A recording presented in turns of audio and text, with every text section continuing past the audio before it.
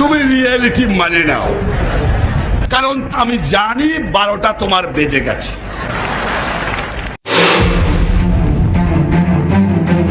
কথায় আছে, বেশি চালাক মানুষ নিজের পাতা ফাঁদে পা দিয়ে তিলে তিলে শেষ হয়ে যায়।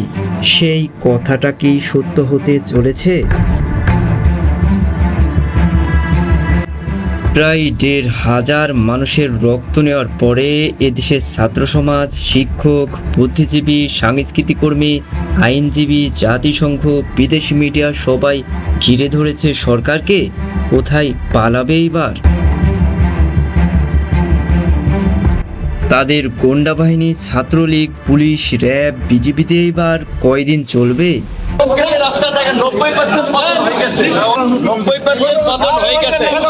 ওইদিকে বিদেশ থেকে রেমিটেন্স সংকট আরও চিন্তা বাড়িয়ে দিয়েছে।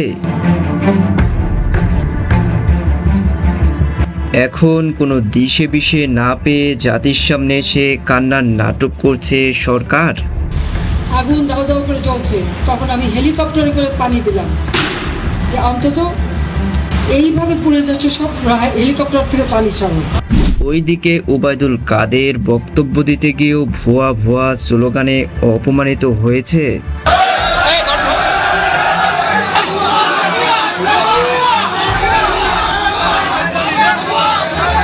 শেষ ভরসা ছিল কারফিউ সেনাবাহিনী, কিন্তু তাতেও ব্যর্থ।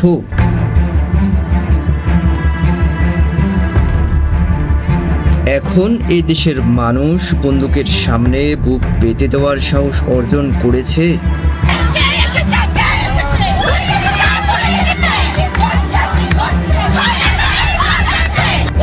1,500 মানুষের রক্ত ঝরার পরেও যদি তোমাদের বিচার না করতে পারি, তাহলে এই দেশে থাকার অধিকার আমাদের নেই।